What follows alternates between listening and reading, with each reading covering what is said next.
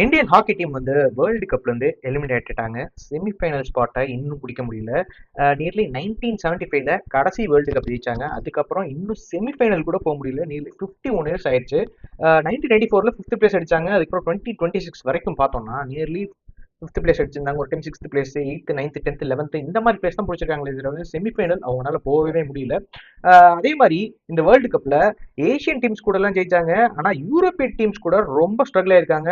Netherlands, Argentina, England இந்த மாதிரி top teams கூட இந்தியானால சுத்தமா ஜெயிக்க முடியல. 2 கோல் டிஃபரன்ஸ் ஒவ்வொரு டீம் கூடயும். அதான் ஒரு பெரிய விஷயமே. அதே இந்த ஒரு டோர்னமெண்ட்ல கோல் ஸ்கோர் பார்த்தோம்னா இந்தியா நியர்லி 14 கோல்ஸ் அடிச்சிருக்காங்க. கோல்ஸ் கன்சீடட் 16 கோல் கன்சீட் பண்ணிருக்காங்க. கோல் ஸ்கோர்ல வந்துட்டு ஃபீல்டு கோல்ஸ் ரொம்பவே கம்மியா இருக்கு. வெறும் 5 கோல் தான் 5 மேட்ச்ல. பெனால்டிக்காரங்க 7 கோல் அடிச்சிருக்காங்க. பெனால்டி ஸ்ட்ரோக்ல 2 கோல் அடிச்சிருக்காங்க. நம்ம பார்க்கலாம். லாஸ்ட் எஃப்ஐஹெச் ப்ரோ லீக்ல இந்தியா 8வது பிளேஸ்ல இருந்தாங்க. அதாவது வெறும் 4 வின்ஸ் மட்டும் தான் பண்ணியிருந்தாங்க. அப்பவே தெரிஞ்சிருக்கணும் இந்தியா வந்து வேர்ல்டு கப் செமிஃபைனல் போவாங்களா மாட்டாங்களா அப்படிங்கிறது. ஏன்னா அப்பயே ரொம்ப வீக்கா தான் இருந்தாங்க. இப்பயும் பார்த்தோம்னா 7th 8th பிளேஸ்க்கு தான் குவாலிஃபிகேஷன் ஆட போறாங்க. கிளாசிபிகேஷன் மேட்ச் ஆட போறாங்க பெல்ஜியம் கூட. சரி, இந்தியா பண்ண முக்கியமான ஒரு 6 டிராபேக்ஸ் இந்தியா கிட்ட என்னென்ன இருக்கு அப்படிங்கிறத பார்த்துவோம். ஸோ ஃபர்ஸ்ட் வந்து ஸ்லோ டிரான்சிஷன்லாம் ரொம்ப ஸ்லோவா இருந்தது இந்தியா கிட்ட. குறிப்பா அட்டாக் டு டிஃபென்ஸா இருக்கட்டும், டிஃபென்ஸ் டு அட்டாக்டா இருக்கட்டும், மிட்ஃபீல்டர்ஸ் இடையில தப்பு பண்ணா நம்ம டிரான்சிஷன் வந்து ரொம்ப ஸ்லோவா இருந்தது. அதுக்குள்ள எதிர் டீம் யூரோப்பியன் ஃபார்வர்ட்ஸ் எடுத்துட்டு போய் கோலை போட்டுறாங்க.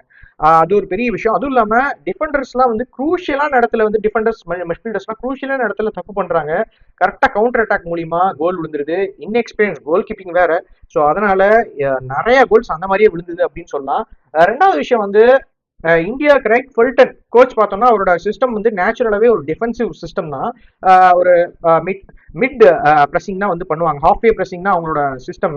இப்போ என்னாச்சு, ஹாஃப் வே பிரஸிங்ல வந்து ஆக்சுவலா பார்த்தோம்னா அது டிஃபென்சிவான ஒரு காம்பாக்ட் ஸ்ட்ரக்சர்னு சொல்லலாம். அதுல கோல்ஸ் அதிகம் வாங்க முடியாது.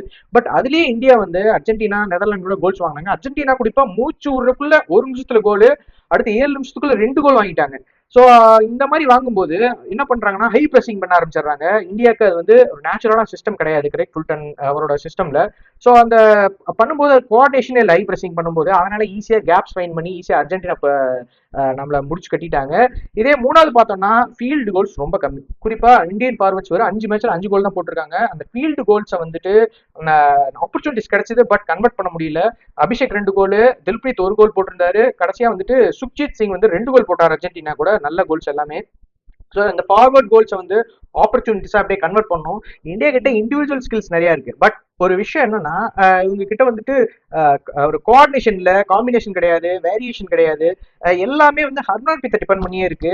ஸோ அதுவும் ஹர்மான் பிரீத்துமே 6 கோல் வந்து பெனால்டி கார்னர்ல போட்டிருக்காரு. பட் எதிர் டீம் எல்லாமே அவர் அடிக்கிற பெனால்டி கார்னர் ஈஸியா வந்து கணிச்சு ஸ்டாப் பண்ணிடுறாங்க. வேற ஆள் இல்லை உங்க டீம்ல, வேரியேஷனும் கிடையாது, கிரியேட்டிவிட்டி கிடையாது பெனால்டி கார்னர்ல. இதனாலேயே வந்து பெனால்டி கார்னர் நிறைய கிடைச்சது, பட் ஆனா போட முடியல. 4வது விஷயம் என்னன்னு பார்த்தோம்னா இப்ப எதிர் டீம்லாம் வந்து இந்தியா கூட ஆடும்போது அந்த டி சர்க்கிள்குள்ள போகும்போதே கிரௌட் பண்ணி ஷார்ட் அடிக்க விடாம டைமே இல்லாம பண்ணிடுறாங்க. ஸ்பேஸே கொடுக்கறது இல்ல. பட் இந்தியன் டிஃபென்ஸ் என்ன பண்ணிட்டாங்கன்னா அர்ஜென்டினா கூட ஆடும்போதே வந்து இது ஜோகன் டாஸ்கானி அண்ட் லூகஸ் டாஸ்கானி, அப்புறம் வந்து தாமஸ் டாமினி, இவங்க 3 பேருமே வந்து கோல் அடிக்கிற ஸ்பீல்டு கோல் அடிச்சாங்க. அடிக்கும்போது சரியான ஸ்பேஸ் இருந்தது. குறிப்பா டிஃபெண்டர்ஸ் சஞ்சயா இருக்கட்டும், யாஸ்தீபா இருக்கட்டும், இவங்கெல்லாம் வந்து யங் டிஃபெண்டர்ஸ் வந்து நிறைய வந்து மிஸ்டேக்ஸ் பண்றாங்க. ஈஸியா அந்த டி சர்க்குலர் ஸ்பேஸ் கொடுக்கறனால ஈஸியா ஃபினிஷ் பண்ணிட்டு மேட்சையே முடிச்சு விட்டுறாங்க. ஸோ அந்த ஸ்பேஸை வந்து கொடுக்கக்கூடாது, அவங்க க்ரௌட் பண்ணி அவங்களுக்கு டைமே கொடுக்கக்கூடாது, அந்த ஸ்டிக்கை உதறதுக்கு டைமே கொடுக்கக்கூடாது. ரிவர்ஸ் ஸ்டிக்ல சூப்பர் கோல் போட்டாங்க, இந்தியாவோட கதையை முடிச்சு விட்டாங்க அப்படின்னு சொல்லலாம். 5வது பார்த்தோம்னா முக்கியமான விஷயம் வந்து பெனால்டிக்கான ஸ்ட்ராட்டஜி. ஏற்கனவே சொல்லியிருந்தேன், வேரியேஷன் சுத்தமா இல்ல, கிரியேட்டிவிட்டி கிடையாது. வெறும் ஹர்மன் பிரீத் தான் அடிச்சிட்டு இருக்காரு. சஞ்சய் 1 கோல் போட்டிருந்தார் அந்த டோர்னமெண்ட்ல. அதனால பெனால்டி கார்னர்ல இந்தியா இன்னும் ஒர்க் பண்ண வேண்டிய இதெல்லாம் இருக்குது. ஸோ அதனால பெனால்டி கார்னர் ஹர்மன் பிரீத் மட்டும் நம்பாம அதுக்கு அடுத்த ஆப்ஷன்ல இவர் இருந்தார், ஜுக்ராஜ் சிங் இருந்தாரு. ஸோ அவங்க எல்லாரும் சேர்ந்து வேரியேஷன் கிரியேட்டிவிட்டி கொண்டு வந்தா இன்னும் கொஞ்சம் பெட்டரா இருக்கும். அதே மாதிரி 6வது பார்த்தோம்னா டிஃபென்சிவ் லேப்சஸ். குறிப்பா சொல்லணும்னா மிட்ஃபீல்டுல நிறைய லேப்சஸ். அதுவும் பேக் பாஸ் கொடுக்கும் போதெல்லாம் வந்து கரெக்டா டிஃபெண்டருக்கு கொடுக்கும்போது வெர்டிகல் பாஸ் மூலியமா லாஸ்ட் டைம் வந்து வெர்டிகல் பாஸ் போட்டாரு. அந்த இடத்துல அர்ஜென்டினன் ஃபார்வர்டு தாமஸ் டாமினி வந்து ஈஸியா அந்த பாஸ் தடுத்து நேரா ஈஸி கோல் போட்டார். ஸோ அந்த வெர்டிகல் பாஸ் கூட கரெக்டா அவங்க கொடுக்கல. பேக் பாஸ் பண்றாங்க, சைட் பாஸ் பண்றாங்க, அதை கூட கரெக்டா கொடுக்க மாட்டேன்றாங்க. ஏகப்பட்ட மிஸ் பாசஸ், பால் நிறைய டைம் மிஸ் பண்ணிட்டாங்க. ரொம்ப டிசப்பாயின்மெண்டா இருந்தது இந்தியாவோட இந்த வேர்ல்டு கேம்பெயின். இது எல்லா விஷயமே வந்து இந்தியா வந்து பார்க்க வேண்டியது இருக்கு. இந்த வேர்ல்டு கப்ல யார் நல்லா விளையாடுறாங்க அப்படின்றது கண்டிப்பா சொல்ல முடியும். ஹர்மன்பிரீத் வந்து 6 கோல் போட்டிருக்காரு ஒரு டிஃபெண்டரா இருந்து டிராக் பிளிக்கிங்ல.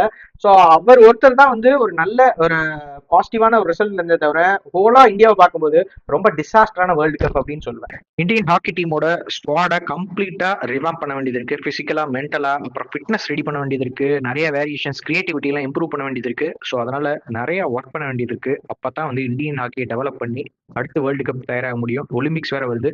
ஸோ அதனால அதை மனசுல வச்சுட்டு அடுத்தடுத்த ஸ்டெப்ஸை இந்தியன் ஹாக்கி ஃபெடரேஷன் எடுக்கணும்.